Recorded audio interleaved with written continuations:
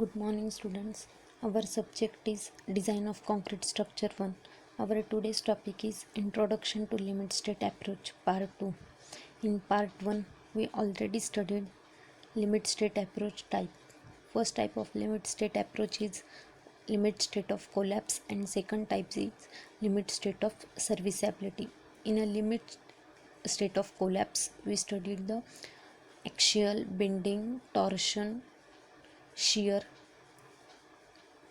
how to calculate it, and in a serviceability or deflection, cracking, fire resistance, corrosion, we studied in it. Now we are going to study here about characteristic strength of concrete. Characteristic strength of concrete as per IS 456-2000, refer clause number 36.1, page number 67. On page number 67, IS 456, all the study given about the characteristic strength of a concrete. What is characteristic strength of a concrete? क्या होता है characteristic strength of concrete? तो हम जो cube लेते हैं testing के लिए, जो 15 centimetre bye 15 centimetre bye 15 centimetre के हम जो क्यूब लेते हैं कंक्रीट क्यूब टेस्टिंग के लिए, तो जिसके ऊपर हम वो टेस्ट निकालते हैं, जो रिजल्ट आते हैं उसको बोलते हैं हम characteristic strength. Characteristic strength of material is a strength of material below which not more than 5% of the test result are expected to fall. जो हम टेस्ट रिज़ल्ट निकालने वाले हैं और एक्चुअल जो है, उन दोनों का जो गैप है वो 5% से ज़्यादा नहीं होना चाहिए. तो वो 5% तक चल जाता है. हमने क्यूब बनाए, उसके बाद में हमने यूटीएम सीटीएम के ऊपर टेस्ट लिए. जब टेस्ट लिया और एक्चुअल हमने कैलकुलेशन में देखा, तो जो दो रिज़ल्ट हैं वो 5% से ज़्यादा नहीं होना चाहिए. 5% हम एक्सपेक्ट कर सकते हैं. Characteristic strength, it is denoted by F. Characteristic strength F is equals to, formula is mean strength minus 1.56 into sigma. What is sigma? Sigma is a standard deviation. Characteristic strength is equals to mean strength means Fm minus 1.65 into sigma. So value of sigma as per IS grade of concrete grade M10, M15, M20, 25 and greater than 30. Here standard deviation value is given. For M15 10 value is 3.50, M20 M25 value is 4, and greater than M30 for concrete the value is 5. This all the value of standard deviation. Here the graph showing frequency versus strength. Frequency, and here a strength is given. After some calculations, here graph value is decreasing. So here characteristic strength here increases. So here this point is, it is called as a characteristic strength, and here up to one point strength is increases, and after that strength is reduced. So this it is called as a mean strength. Means if we take a 3 cube, of this 3 cube we taking a mean of that 3. Okay, so here we have to calculate mean strength. From characteristic strength to mean strength, this value is 1.65 into sigma. Okay, up to frequency versus strength curve is here. In IS 456 clause number 36.1, characteristic strength of material is given here. The term characteristic strength means that the value of the strength of the material below which not more than 5%. हमने अभी देखा कि हम जो cube बनाने वाले हैं और एक्चुअल कैलकुलेशन आएगा, तो ये दोनों में का गैप 5% से ज़्यादा नहीं होना चाहिए. नहीं तो हमारी हम जो कंक्रीट बनाने वाले हैं उसमें कुछ प्रॉब्लम्स आ गए, रेशो प्रॉपर नहीं है, या फिर हमने प्रॉपरली क्यूब कास्ट नहीं किया है, ऐसे गलती हो सकती है. तो हमें फिर से वो क्यूब कास्ट करना पड़ेगा। तो ये करेक्ट है, कैसे समझना चाहिए, चल कैलकुलेशन और हमने जो टेस्ट रिजल्ट निकाला है उन दोनों का गैप कितना होना चाहिए, 5% तक हम एक्सपेक्ट कर सकते हैं। The characteristic strength for concrete shall be according with table 2। यहाँ पे हमने देखा कि टेबल 2 में क्या है, सम वैल्यू दिए हैं according to standard deviation. Relevant Indian standard specification for reinforcing steel are modified to include the concept of characteristic strength, and the value shall be assumed the minimum yield stress divided by 0.2% proof stress specified in a relevant Indian standard specification। तो यहाँ पे strength कितना होना चाहिए वो हमें इस IS 456 clause number 36.1 में कैरेक्टरिस्टिक स्ट्रेंथ ऑफ मटेरियल के रिलेटेड इंफॉर्मेशन दिया है। उसके बाद हमें देखना है characteristics load. Refer clause number 36.2 page number 67 IS 456। In IS 456 page number 67 clause number 36.2 के ऊपर हमें कैरेक्टरिस्टिक्स लोड के बारे में यहाँ पे इंफॉर्मेशन दिया है। What is characteristics load? Characteristics load means the load on a structure which has a 95% probability not being exceeded throughout the life of the structure। तो हमने ऐसे कंसिडर किया है कि लोड कितना आना चाहिए हमारे स्ट्रक्चर के ऊपर, तो हमने 100% कंसिडर किया। मतलब हमारे पूरे जो बिल्डिंग्स है उसके ऊपर, एक बिल्डिंग है उसके ऊपर हमने ऐसा अज्यूम किया कि लोड आना चाहिए 5000 किलो न्यूटन, हमने ऐसा एज्यूम किया। तो उसके हम फैक्टर ऑफ सेफ्टी प्रोवाइड करके वो ज़्यादा कंसिडर कर सकते हैं, लेकिन सिर्फ मतलब आना कितना चाहिए, क्योंकि क्या है पूरा 100% आ गया तो उसके बाद में हमारा स्ट्रक्चर फेल भी जा सकता है। तो हमें कितना 95% probability not being exceeded through out the span, सिर्फ 95% ही आना चाहिए। 5% ज़्यादा लोड जा रहा है तो उसके बाद में स्ट्रक्चर फेल होने के चांसेस भी होते हैं। The characteristics dead load is the weight of the structure itself. तो डेड लोड क्या होता है, इसमें जो स्ट्रक्चर का जो एक्चुअल लोड होता है उसको बोलते हैं हम dead load. Characteristics live load and wind load are taken as IS 875। जो हमारा विंड लोड दिया है वो IS 875 में, और लाइव लोड भी ये IS कोड में दिया है। लाइव लोड कितना होना चाहिए, हमने देखा कि लाइव लोड रेसिडेंशियल बिल्डिंग के लिए 3 होना चाहिए और पब्लिक बिल्डिंग के लिए 4 to 5 तक हम ले सकते हैं ऐसा। तो characteristic seismic load are taken as per IS 893 it is denoted by F। तो मतलब अर्थक्वेक लोड आएगा तो वो हम IS 1893 का यूज़ करके हम ले सकते हैं। तो इस ग्राफ में दिया है फ्रीक्वेंसी वर्सेस लोड। पहला जो हमने ग्राफ देखा था उसमें देखा था हमने फ्रीक्वेंसी वर्सेस स्ट्रेंथ, अभी हमने देखना है फ्रीक्वेंसी वर्सेस लोड। लोड कितना आएगा, तो एक पॉइंट ऐसा हो सकता है कि ज़्यादा लोड आ गया, ये मीन लोड है, दोनों तरफ इक्वली डिस्ट्रीब्यूटेड है, तो कैरेक्टरिस्टिक्स लोड एक पॉइंट तक ही वो ले सकते हैं। उसके बाद यहाँ ये 100% समझो, तो यहाँ पे हमारा स्ट्रक्चर पूरा फेल जा सकता है। तो हमें 95 सिर्फ यहाँ पे कंसिडर करना है। तो 1.65 इंटू सिग्मा ये है characteristics load. Characteristics load is equals to mean load plus 1.565 into sigma. F characteristics load is equals to FM plus 1.65 into sigma, where sigma is a standard deviation. Okay, so now we are going to study here partial safety factor for the material. Refer clause number 36.4 page number 68 IS 456/2000। IS 456/2000 में हमें page number 68 के ऊपर clause number 36.4 में दिया है partial safety factor क्यों consider करना चाहिए और उसके यूजेस क्या क्या होते हैं। तो अब हम स्टडी करेंगे। It is a factor generally greater than unity by which either load are multiplied और resistance strength. Are divided to obtain a design value. हमें डिज़ाइन वैल्यू चाहिए तो उसके लिए हम वो फैक्टर से डिवाइड भी कर सकते हैं या फिर मल्टीप्लाई भी कर सकते हैं। तो उससे हमें क्या मिलेगा, इंटायर लोड जो हमें चाहिए डिज़ाइन लोड वो हमें मिल जाएगा। The safety of the structure depend upon two design factor that is load and material strength.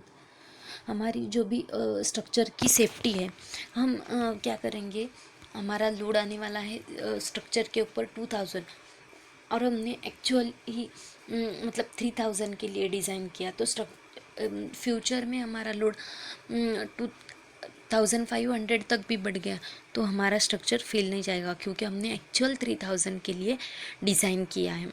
तो इसको ही बोलते हैं हम factor of safety. The safety of the structure, ये काय के ऊपर डिपेंड है, दो डिज़ाइन फैक्टर के ऊपर डिपेंड है। पहला है load and material strength. Material strength भी हमने बढ़ा दिया तो उसकी वजह से क्या हो जाएगा, लोड और स्ट्रेंथ, हम यहाँ पे क्या कर रहे हैं, मटेरियल की भी स्ट्रेंथ बढ़ा रहे हैं, तो मटेरियल की स्ट्रेंथ भी बढ़ जाएगी तो हमारे स्ट्रक्चर लोड बढ़ भी गया तो फेल नहीं जाएगा। These two different safety factor contribute partially to safety of the structure.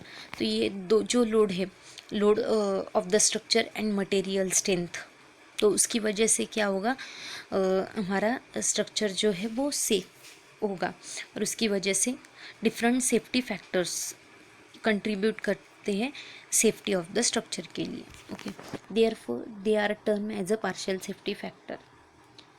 There are factors which when applied to a load material given in a design value। तो अब यहाँ पे ए पार्ट में हम स्टडी करेंगे partial safety factor for material. Material के लिए हमने अभी देखा कि दो फैक्टर्स है जो पार्शियल सेफ्टी फैक्टर के वजह से सेफ हो सकते हैं। तो एक है मटेरियल, मटेरियल में आता है हमारा कंक्रीट और स्टील, और दूसरा है हमारा लोड। तो हम पहले स्टडी करेंगे partial safety factor for material strength. When assessing the strength of structure or structural member for limit state of collapse, the value of partial safety factor gamma m should be taken as a clause 36.4.2.1 of IS 456/2000। तो IS 456/2000 में clause number 36.4.2.1 में हमें यहाँ पे दिया है कि material के लिए पार्शियल सेफ्टी फैक्टर क्या होना चाहिए और कितना होता है। हमने पहले ही कोलैप्स में देखा लिमिट स्टेट टाइप्स के दो टाइप्स होते हैं, पहला है लिमिट स्टेट ऑफ कोलैप्स और दूसरा है लिमिट स्टेट ऑफ सर्विसेबिलिटी। तो लिमिट स्टेट ऑफ कोलैप्स में हमने देखा कि बेंडिंग, टॉर्शन, शियर, उसकी वजह से क्या हो सकता है, एक्शियल लोड आएगा तो उसकी वजह से भी हमारा स्ट्रक्चर कोलैप्स कंडीशन में आ सकता है। तो उसको रिड्यूस करने के लिए हम क्या करना चाहिए, तो हम मटेरियल की स्ट्रेंथ बढ़ा सकते। तो मटेरियल की स्ट्रेंथ कैसी बढ़ानी चाहिए, तो यहाँ पे क्या है, हम जो भी मटेरियल लेंगे उसको हम सेफ्टी फैक्टर से मल्टीप्लाई करेंगे। तो सेफ्टी फैक्टर्स मतलब क्या होता है कि हमारा ये लोड सेफ्टी तक लेके जाता है, तो उसकी वजह से हमारा जो भी स्ट्रक्चर है वो फेल नहीं जाएगा। मटेरियल है, दो टाइप्स के मटेरियल है हम स्ट्रक्चर में यूज़ करते हैं, एक है कंक्रीट और दूसरा है स्टील। तो लिमिट स्टेट ऑफ कोलैप्स, इसमें फैक्टर ऑफ सेफ्टी है कंक्रीट के लिए 1.5 एंड स्टील के लिए है 1.15। तो हम हर न्यूमेरिकल्स में ये पार्शियल ऑफ सेफ्टी यूज़ करेंगे। तो कंक्रीट के लिए पार्शियल ऑफ सेफ्टी है फैक्टर है 1.5 और स्टील के लिए पार्शियल सेफ्टी फैक्टर है 1.15। Now higher partial safety factor has been assign to concrete. यहाँ पे आप देख रहे हो कि कंक्रीट का सेफ्टी फैक्टर है 1.5 और स्टील का है 1.15। तो इसमें ये कंक्रीट का बड़ा है 1.5। So higher partial safety factor has been assign to concrete compare to reinforcing steel eventually because of higher variability associated with it. तो कंक्रीट का पार्शियल ऑफ सेफ्टी ज़्यादा है, क्योंकि आपको पता है कंक्रीट ये ब्रिटल है और ये जल्दी मतलब फैल जाता है एज कम्पेयर टू स्टील। तो उसके लिए इसकी पार्शियल सेफ्टी फैक्टर हमने 1.5 लिया है। For serviceability limit state gamma M for concrete and steel is taken 1 of safety factor of unity is appropriate here because of interest estimating the actual deflection and crack width under the service load. तो हमने देखा था working stress में हमने steel के लिए और concrete के लिए भी हमने एक ही पार्शियल सेफ्टी फैक्टर लिया था, लेकिन हम लिमिट 8 में क्या कर रहे हैं, लिमिट स्टेट अप्रोच में हम स्टील के लिए भी अलग पार्शियल सेफ्टी फैक्टर ले रहे हैं और कंक्रीट के लिए भी हम अलग पार्शियल सेफ्टी फैक्टर ले रहे हैं because interest in estimating the actual deflection and crack width under the service load. Next है यहाँ पे हमारा पार्शियल सेफ्टी फैक्टर लोड्स। तो हमने देखा यहाँ पे कि 2 पॉइंट्स हैं, पहला है मटेरियल और दूसरा है लोड। उसकी वजह से क्या होता है, हमारा पूरा स्ट्रक्चर उसके ऊपर ही डिपेंड है। तो दूसरा है partial safety factor for loads for limit state of collapse and limit state of serviceability the partial safety factor gamma F for load recommended by IS 456-2000। IS 456-2000 में एक चार्ट प्रोवाइड किया है हमें, उसके ऊपर से हम लोड डिज़ाइन कर सकते हैं। तो ये देखो यहाँ पे टेबल नंबर 18 में value of partial safety factor gamma F for loads. तो यहाँ पे उन्होंने कुछ पार्शियल सेफ्टी फैक्टर्स दिए हैं लोड के लिए। हमने देखा कि मटेरियल के लिए कंक्रीट होगा तो 1.5 और स्टील होगा तो 1.15 हम मल्टीप्लाई करेंगे। तो लोड कॉम्बिनेशंस, यहाँ पे लोड के लिए हमें अब कुछ सेफ्टी फैक्टर्स दिए हैं। पहला है load combination, dead load plus live load, दूसरा है dead load plus wind load और तीसरा है dead load plus impact load plus wind load. तो ये 3 कॉम्बिनेशंस है हमारे यहाँ पे। उसके लिए लिमिट स्टेट ऑफ कोलैप्स और लिमिट स्टेट ऑफ सर्विसेबिलिटी में पार्शियल सेफ्टी फैक्टर्स दिए हैं। Dead load plus live load होगा और कोलैप्स में हम डिज़ाइन करेंगे तो 1.5 और विंड लोड है 1। Dead load plus wind load आएगा तो 1.5 और 0.9 और इसमें है विंड लोड के लिए 1.5। ये है dead load plus wind load. और उसके बाद सर्विसेबिलिटी में है डेड लोड के लिए 1 और विंड लोड के लिए 1 और dead load plus live load impact load plus wind load होगा तो उसके लिए है लिमिट स्टेट ऑफ कोलैप्स 1.2 और लिमिट स्टेट ऑफ सर्विसेबिलिटी है 1 for dead load, 0.8 for impact load and 0.8 for wind load. यहाँ पे कुछ नोट्स दिए हैं IS 456-2000 में। While considering earthquake effect substitute EL और WL, मतलब अर्थक्वेक के लिए हम लेंगे तो EL लेना चाहिए और विंड लोड। तो हम क्या करेंगे, अर्थक्वेक के लिए हमें डिज़ाइन करना है तो हम WL की जगह हम EL लेंगे। For the limit state of serviceability, the value of gamma F given in this table are applicable short new term effect while assessing the long term effect due to creep, dead load and that part of the live load likely to permanent may only be considered।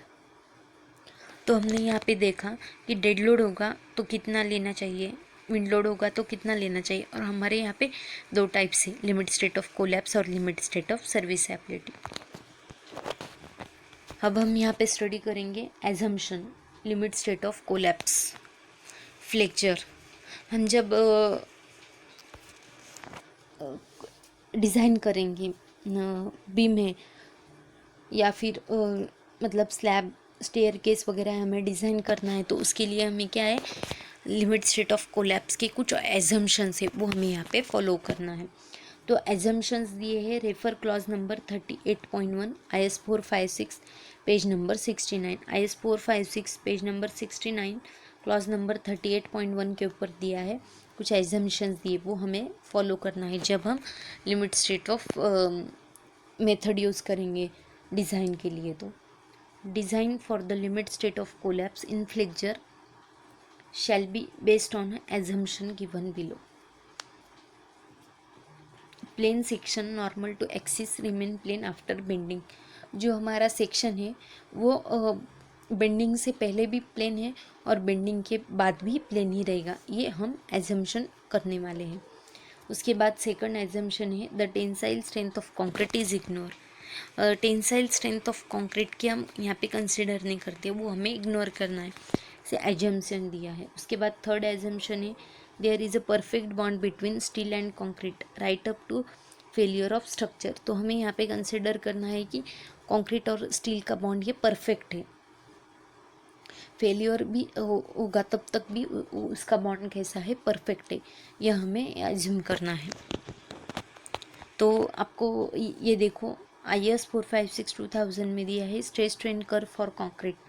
Concrete के लिए एक stress strain curve दिया है page number 69 के ऊपर। IS 456/2000 में ये curve दिया है, ये कर्व है स्ट्रेस वर्सेस स्ट्रेन, स्ट्रेस कितना होगा और उसकी स्ट्रेन कितनी होगी।